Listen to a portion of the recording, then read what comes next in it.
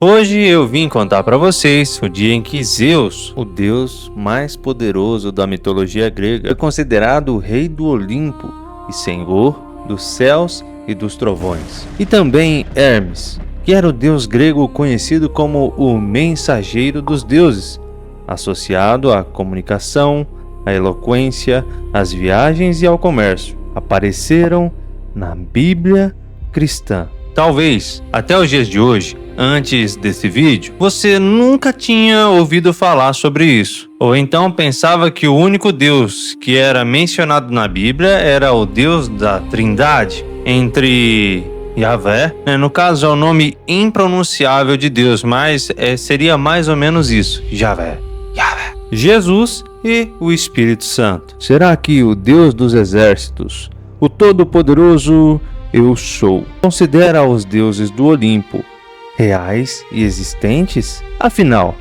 será que existe outro Deus? Será que fomos enganados por toda a nossa vida por pastores e pregadores? Fique aqui até o final, porque nesse vídeo eu te mostro a verdade cristã sobre os deuses gregos. A verdade que todo mundo precisa saber. Venham comigo para esse mundo repleto de conhecimento e sabedoria. Vamos desvendar os mistérios do Manual da Vida. Examine os fatos e pondere a questão.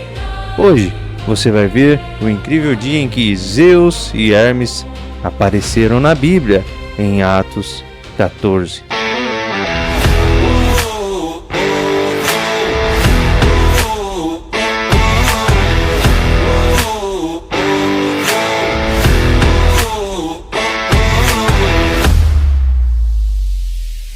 Olá, eu sou o Lucas Gabriel, o apresentador desse canal. Gostaria de te convidar para se inscrever, deixar o seu like e, se já é inscrito, ativa o sininho aí para você não perder os próximos vídeos. Atos 14. Meu irmão, que história! Na verdade, essa história começa na cidade de Icônio. Paulo e Barnabé entraram na sinagoga dos judeus para anunciar o evangelho.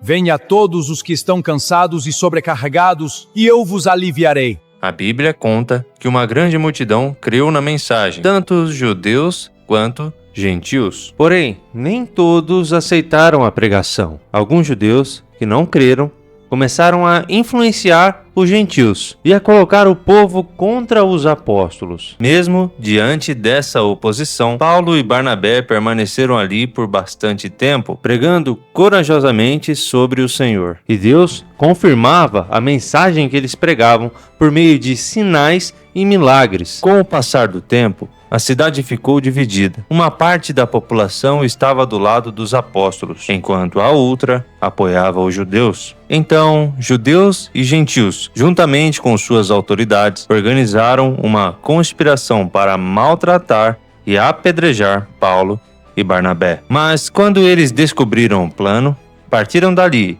e seguiram para as cidades da Licaônia, Listra e Derbe, além dos povoados da região. E mesmo diante da perseguição, eles não desistiram da missão. Continuaram anunciando o evangelho por onde passavam. Ao chegarem na cidade de Listra, encontraram um homem paralítico dos pés. A Bíblia diz que ele era aleijado desde o nascimento e nunca havia conseguido andar. Todos os dias ele permanecia sentado, observando o movimento da cidade. Enquanto Paulo anunciava o evangelho, aquele homem ouvia atentamente cada palavra. Em certo momento, Paulo olhou fixamente para ele e percebeu que havia fé em seu coração para ser curado. Então disse em alta voz: Levante-se, fique em pé. Na mesma hora, aquele homem deu um salto e começou a andar. Imagine a reação das pessoas que o conheciam desde o nascimento. Aquele homem que nunca tinha dado um passo, agora caminhava diante de toda a multidão. E foi nesse momento que aconteceu um dos episódios mais curiosos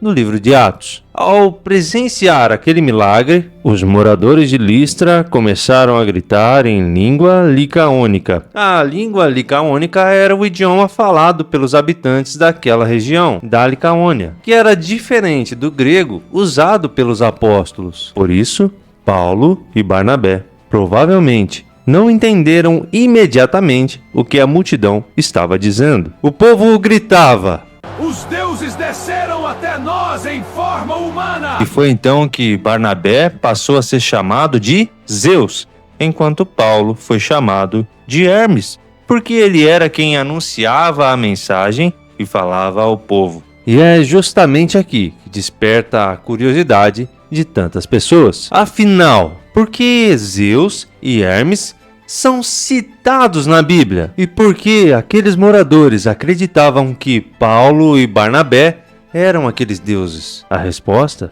é ainda mais interessante do que parece. Mas antes dela, vamos continuar a história. Enquanto a multidão acreditava que estava diante de Zeus e Hermes, o sacerdote de Zeus, cujo templo ficava na entrada da cidade, trouxe bois e coroa de flores. A intenção era oferecer sacrifícios a Paulo e Barnabé, pois o povo realmente acreditava que os deuses haviam descido em forma humana. Quando os apóstolos perceberam o que estava acontecendo, ficaram profundamente indignados. Em sinal de tristeza e indignação, rasgaram as suas roupas e correram para o meio da multidão, tentando impedir aquela idolatria. Então Paulo começou a falar: Homens, por que vocês estão fazendo isso? Nós também somos humanos como vocês. E estamos trazendo boas novas a vocês, dizendo que se afastem dessas coisas vãs e voltem ao Deus vivo, que fez o céu e a terra, o mar e tudo o que neles há. No passado, ele permitiu que todas as nações seguissem os seus próprios caminhos. Contudo, Deus não ficou sem testemunho. Mostrou a sua bondade, dando a vocês a chuva do céu e as colheitas no tempo certo, concedendo-lhes sustento com fartura e um coração cheio de alegria. Mesmo depois desse apelo, a Bíblia diz que Paulo e Barnabé tiveram muita dificuldade para convencer a multidão a não lhes oferecer sacrifício. O povo estava tão convencido de que eles eram aqueles deuses que quase realizaram aquela cerimônia. Mas a situação mudou completamente pouco tempo depois. Alguns judeus vieram de Antioquia e Icônio e conseguiram convencer a multidão a se voltar contra Paulo. A mesma multidão que momentos antes queria adorá-lo, agora foi incitada a apedrejá-lo. O pior aconteceu. Paulo foi apedrejado e arrastado para fora da cidade. A violência foi tão grande que todos pensaram que ele estivesse morto. Mas Deus tinha uma obra para realizar por meio da vida daquele homem. Quando os discípulos se aproximaram e ficaram ao redor de Paulo, ele se levantou. Mas o mais impressionante é que, em vez de fugir, ele voltou para a cidade. Somente no dia seguinte, partiu com Barnabé para Derbe, onde continuou anunciando o evangelho. Bom, é aqui que a grande história de hoje chega ao seu fim. Mas espera aí, porque a missão de Paulo e Barnabé ainda não acabou. Na verdade, estava bem longe de terminar. Depois de deixarem Listra, eles seguiram para Derbe, onde anunciaram as boas novas do evangelho. A Bíblia diz que ali fizeram muitos discípulos. Em seguida, decidiram voltar pelo mesmo caminho, retornando a Listra, Icônio e Antioquia, justamente as cidades onde haviam enfrentado perseguições e grandes dificuldades. Em vez de fugir daqueles lugares, eles voltaram para fortalecer os novos discípulos na fé e encorajavam cada um deles a permanecer firme no Senhor. Lembrando que é por meio de muitas tribulações que entramos no reino de Deus. Além disso, em cada igreja escolheram presbíteros para cuidar do rebanho. Depois de orarem e jejuarem, entregaram aqueles irmãos na mão do Senhor, em que haviam depositado a sua confiança. A jornada continuou. Eles atravessaram a região da Psídia, passaram pela Panfia, anunciaram a palavra em Perge, desceram até Atália e de lá retornaram para Antioquia da Síria, a cidade que os havia enviado essa grande missão. Ao chegarem, reuniram a igreja e contaram tudo o que Deus havia feito por meio deles, testemunhando como Deus havia aberto a porta da fé também aos gentios. Era o fim de uma viagem missionária, mas o começo para a expansão do evangelho por todo o mundo. Mas o que fica de reflexão em tudo isso? A primeira lição é: nem todo milagre leva as pessoas à verdade. Os habitantes de Listra presenciaram um homem que nunca havia andado ser completamente curado. Mesmo assim, em vez de glorificarem a Deus, preferiram interpretar aquele milagre de acordo com suas próprias crenças. Isso nos ensina que um coração fechado para a verdade pode até ver o sobrenatural, mas ainda assim tirar a conclusão errada. E é por isso que as pessoas precisam ser cheias do Espírito Santo de Deus. A segunda lição é que toda a glória pertence somente a Deus. Paulo e Barnabé poderiam muito bem ter aceitado a admiração daquela multidão, mas fizeram exatamente o contrário. Rasgaram suas roupas e apontaram para o Deus vivo, Criador dos céus e da terra. O verdadeiro servo de Deus nunca busca a sua própria glória. Ele sempre aponta para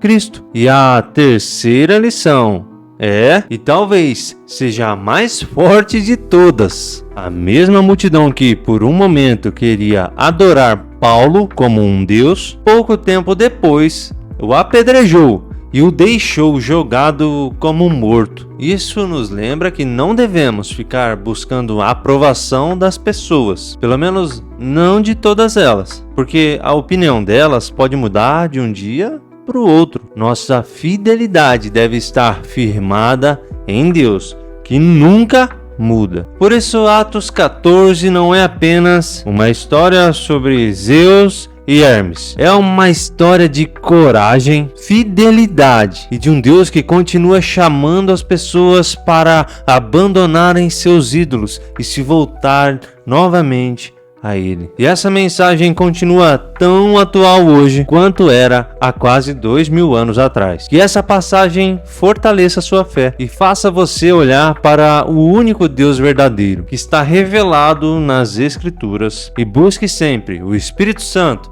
porque é Ele quem vai te convencer de todo pecado, de todo juízo. Eu sou o Lucas Gabriel, o apresentador desse canal. Se você gostou, não esquece, deixa o seu gostei. Isso ajuda o YouTube a divulgar esse vídeo para mais pessoas. E também compartilhe esse vídeo com aquele amigo que está precisando ouvir a palavra de Deus. Se inscreve no canal para ajudar a gente a crescer aqui no YouTube. Quanto mais pessoas estiverem inscritas, mais o YouTube vai ajudar a divulgar esse canal. E se já é inscrito, ativa o sininho aqui no botão de baixo.